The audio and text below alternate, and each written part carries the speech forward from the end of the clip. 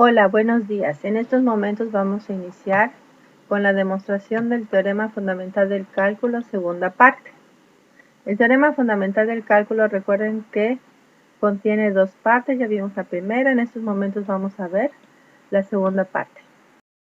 Sea f minúscula una función continua en un intervalo cerrado a b,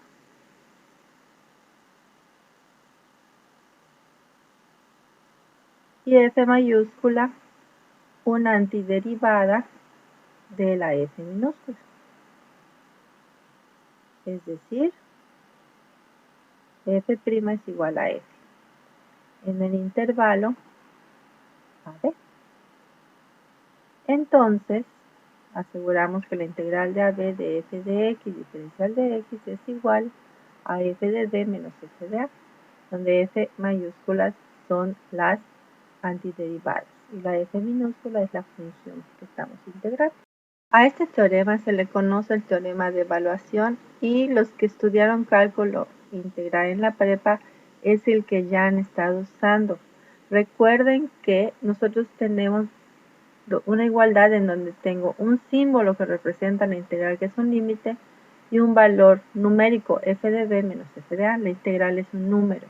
Entonces tenemos la integral de AB de f de x diferencial de x es igual al límite cuando n tiende a infinito de la suma de i igual 1 hasta n de f de x y barrita delta xy igual a f de b menos f de a. Esa es la definición de la integral definida. F de b menos f de a es un número, ¿sí? Que es el límite, el valor del límite. Para hallar este límite tenemos que realizar diversas operaciones. Aquí vemos que tenemos las particiones, tenemos que hacer un producto, la suma, y eso representa a la integral. Y la fortaleza de este teorema es que nosotros podemos dejar de hacer todas estas operaciones y hacer solamente una resta con una antiderivada. Vamos a dividir ahorita nuestro intervalo AB en una partición arbitraria, x0 hasta xn, una partición, si la vemos como puntos tiene n más un punto, si la vemos como subintervalos tiene n subintervalos. Recuerden que a es igual a x0, b es igual a x1 y delta xy es la distancia de cada uno de los intervalos tomando xy menos xy menos 1, donde y va de 0 hasta n. Y vamos a tomar ahora f como cualquier antiderivada, una arbitraria de la función f minúscula, que es la que estamos integrando. F' es igual a f, son las propiedades. Podemos nosotros eliminar la hipótesis que sea continua y poner que sea integrable. Y nuestra f, que es arbitraria, podemos construir f de x diferencial de x, la integral de acumulación. Para nuestro curso no vamos a hacer esto, solamente vamos a tomar que es continua. Y entonces, seguimos, sea f cualquier antiderivada de la función f. Y ahora lo que hacemos es construir una suma especial, una suma que es la suma telescópica. Vamos a restar y sumar ceros, ¿sí? Con términos semejantes, y vamos a construir la llamada suma telescópica para que aparezca de la antiderivada, aparezca la función f en nuestro proceso. Entonces vamos a reescribir la suma telescópica de f de b menos f de a. b es xn, a es x0, eso es igual, reescribimos y sumamos un cero, xn menos 1, sumamos los f's, ese es el 0, entonces los reagrupamos y observamos cómo vamos construyendo si volvemos a sumar otro 0, ahora con xn menos 2. Y así agrupamos y vemos que tenemos o vamos formando la suma telescópica que queremos. Aquí está la suma telescópica y aquí estuvimos sumando los ceros adecuadamente. Reescribiendo ahora con la notación de sigma, reagrupamos en base a las y tenemos de igual 1 hasta n de f de xy menos f de xy menos 1. Recuerden que la S alargada es el símbolo, lo que necesitamos es el límite. Entonces, ese f de b menos f de a ya lo reescribimos. Ya lo escribimos y agrupamos. Y necesitamos que aparezca el límite. Ya tenemos la sumatoria. Ahora, necesitamos límite cuando n tiende a infinito. Aquí vamos a tomar, por cuestiones de la herramienta que sigue, en vez de x y barrita, ci. ¿Y cuál es la herramienta? Es el teorema más importante de cálculo diferencial, que es el teorema del valor medio para derivadas. Nosotros necesitamos que aparezca la f minúscula. Sabemos que f' mayúscula es igual a f minúscula. Entonces, este es el teorema que vamos a utilizar porque ahí logramos verlo. En el teorema tenemos una razón de cambio igualada a una derivada.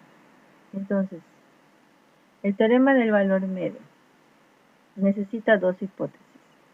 Yo voy a tener g continuo en el intervalo cerrado, voy a llamarle alfa beta.